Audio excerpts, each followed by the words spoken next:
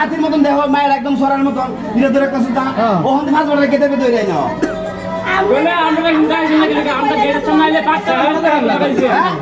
বড় একটা হাই কথা বলছেন মুসলমান এই লাগা সাম্বা লাগা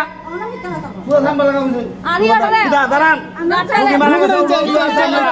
আপনারা জোন আমরা অতিষ্ঠ কি দরকার পেশেন্ট বারবার শোয়ার থেকে উল্টা হয়ে যাইতাছে আবার নিচে নামতাছে একদম সব স্ট্যান্ডার্ড ফলে খুলে দিতাছে নিচে নাইম না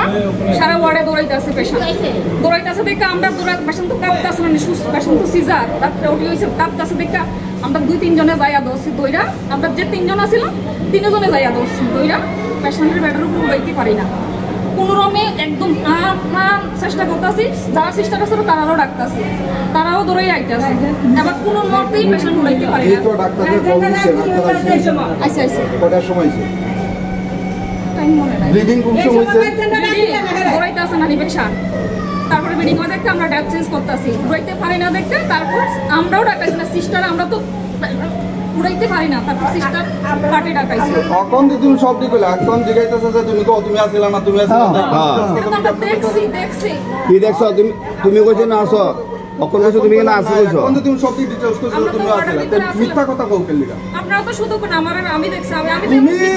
বলতে গেলে তুমি দেখা না তুমি সব দিকে সবাই তো আসিলা তোমরা এতদিন পেশেন্ট দেখানোর লাগে মাত্র 3 জন যে পেশেন্টের খারাপ অবস্থা তার সঙ্গে তো থাকতে হয় তোমরা যদি না পারো তখন গার্জিয়ানকে কল করবা যে আমরা কভার করতে পারতেছি না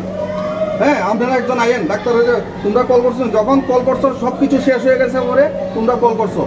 আইয়া দেখে তারা পেশেন্ট কথা কইতে পারতো না পুরো শেষই প্রায় সিস্টার যদি পারমিশন না দেয়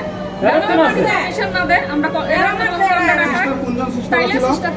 ডাকো আর